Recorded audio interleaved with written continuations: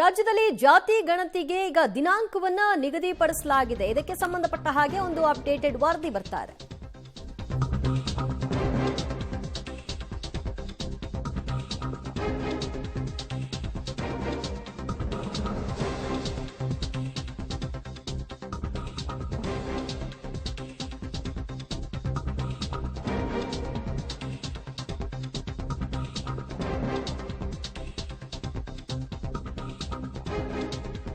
ರಾಜ್ಯದ ಎಲ್ಲ 7 ಕೋಟಿ ಜನರ ಒಂದು ಜಾತಿ ಗಣತಿಗೆ ಈಗ ಮುಂದಾಗಿದೆ ರಾಜ್ಯ ಸರ್ಕಾರ. ಇವತ್ತಿನ ಸಭೆಯಲ್ಲಿ ಸಿಎಂ ಈ ಕುರಿತಾಗಿ ಸೂಚನೆ ಕೊಟ್ಟಿದ್ದಾರೆ. ತಾರತಮ್ಯ ನಿವಾರಿಸುವುದು ಗಣತಿಯ ಮುಖ್ಯ ಉದ್ದೇಶವಾಗಿರುತ್ತೆ.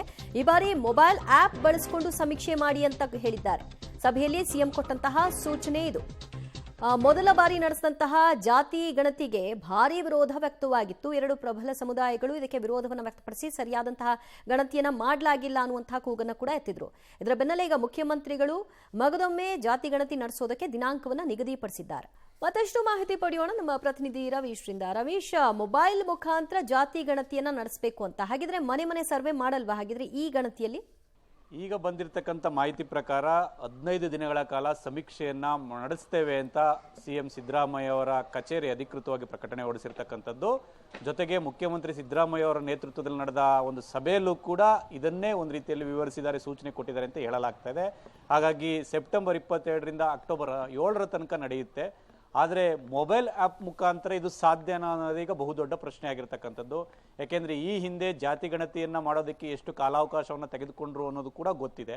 ಹಾಗಾಗಿ ಇಂಥ ಸನ್ನಿವೇಶದಲ್ಲಿ ಮೊಬೈಲ್ ಮುಖಾಂತರ, ಯಾಕೆಂದರೆ ಕಾಂತರಾಜು ಆಯೋಗ 54 ಪ್ರಶ್ನೆಗಳನ್ನು ಸಿದ್ಧಪಡಿಸಿತ್ತು.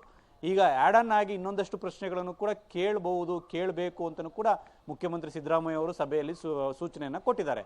ಹಾಗಾಗಿ 54 ಇದ್ದದ್ದು 60 ಆಗ್ಬೋದು. ಹಾಗಾಗಿ 60 ಪ್ರಶ್ನಾವಳಿಗಳನ್ನು ಒಂದು ಮೊಬೈಲ್ ಆ್ಯಪ್ ಮುಖಾಂತರ ಆ ಒಂದು ಗಣತಿ ಮಾಡಲು ಸಾಧ್ಯನಾ ಅನ್ನೋದು ಈಗ ಬಹುದೊಡ್ಡ ಪ್ರಶ್ನೆ. ಯಾಕೆಂದರೆ 7 ಕೋಟಿಗೂ ಹೆಚ್ಚು ಒಂದು ಜನರನ್ನ ಒಂದು ಗಣತಿಗೆ ಒಳಪಡಿಸಬೇಕಾಗತ್ತೆ. ಈ ನಿಟ್ಟಿನಲ್ಲಿ ರಾಜ್ಯ ಸರ್ಕಾರ ಯಾವ ರೀತಿ ಕಾರ್ಯರೂಪಕ್ಕೆ ತರುತ್ತೆ ಮತ್ತು ಎಷ್ಟರ ಮಟ್ಟಿಗೆ ಯಶಸ್ಸಾಗುತ್ತೆ ಅನ್ನೋದು ಕೂಡ ಕಾದು ನೋಡಬೇಕಾಗತ್ತೆ. ಆದರೆ ತೆಲಂಗಾಣ ಮಾದರಿಯಲ್ಲೇ ಇರಬೇಕು, ಇದು ದೇಶಕ್ಕೆ ಮಾದರಿಯಾಗಬೇಕು ಅಂತ ಸಿಎಂ ಸಿದ್ದರಾಮಯ್ಯ ಅವರೇನು ಸೂಚನೆ ಕೊಟ್ಟಿದ್ದಾರೆ. ಹಾಗಾಗಿ ಇದನ್ನು ಎಷ್ಟರ ಮಟ್ಟಿಗೆ ಮಾಡುತ್ತೆ ಹಿಂದುಳಿದ ವರ್ಗಗಳ ಆಯೋಗ ಅನ್ನೋದು ಕೂಡ ಕಾದು ನೋಡಬೇಕಾಗಿದೆ. ಒಂದಂತೂ ಸತ್ಯ, ಸಾಮಾಜಿಕ ಮತ್ತು ಶೈಕ್ಷಣಿಕ ಅಂತ ಗುರುತಿಸಿದ್ರು ಕೂಡ ಆ ಒಂದು ಜಾತಿ ಸರ್ವೆಯ ಸಂದರ್ಭದಲ್ಲೂ ಕೂಡ ಜಾತಿ ಕಾಲಂ ಕಡ್ಡಾಯವಾಗಿ ಇದ್ದೇ ಇರುತ್ತೆ. ಆ 54 ಪ್ರಶ್ನೆಗಳು ಈ ಹಿಂದೆ ಏನಿತ್ತು ಅದಕ್ಕೆ ಆ್ಯಡ್ ಆನ್ ಆಗಿ ಇನ್ನೊಂದಷ್ಟು ಪ್ರಶ್ನೆಗಳನ್ನು ಸೇರಿಸುವಂಥ ಸಂದರ್ಭದಲ್ಲಿ ಅವರ ಆರ್ಥಿಕ ಸ್ಥಿತಿಗತಿ ಮತ್ತು ಎಲ್ಲವನ್ನೂ ಕೂಡ ಸೇರಿಸುವಂಥ ಸಾಧ್ಯತೆ ಇದೆ. ಹಾಗಾಗಿ ರಾಜ್ಯ ಸರ್ಕಾರದ ಈ ನಿರ್ಧಾರ ಸಾಕಷ್ಟು ಚರ್ಚೆಗೆ ಗ್ರಾಸವಾಗಿದೆ ಅಂತಲೇ ಹೇಳ್ಬೋದು. ದಿವ್ಯಾ, ಥ್ಯಾಂಕ್ ಯು ರವೀಶ್ ನಿಮ್ಮೆಲ್ಲ ಮಾಹಿತಿಗೆ.